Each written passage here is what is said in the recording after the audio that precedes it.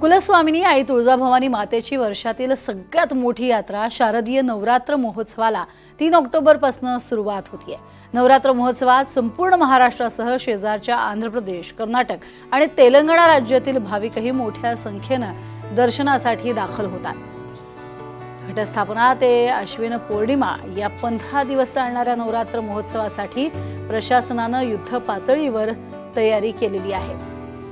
यामध्ये नवरात्र महोत्सवातील सर्वात मोठ्या घाटशीळ रोड वाहनतळ इथे दर्शन मंडपाचा जे काम आहे त्या कामाला ही सुरुवात झाली आहे। घटस्थापनेपूर्वी नवरात्र महोत्सवाची कामे पूर्ण करण्याचे नियोजन आहे आणि त्या दृष्टीने तयारी करण्यात येते आहे। जवळपास 25,000 भाविक मंडपात उभे राहू शकतील अशी व्यवस्था करण्यात येते आहे। श्री तुळजाभवानी मातेच्या दर्शनासाठी जात असताना कल्लोळ तीर्थ कुंड याच्यामध्ये आंघोळ करताना त्यासाठी देखील कल्लोळ स्वच्छ ठेवण्यात आलेला आहे। यासोबतच भाविक दर्शनासाठी आल्यावर प्रसाद, हळदी कुंकू, देवीची मूर्ती हे खरेदी करताना त्यासाठी देखील मंदिराजवळ या वस्तूंची बाजारपेठ सज्ज झालेली आहे।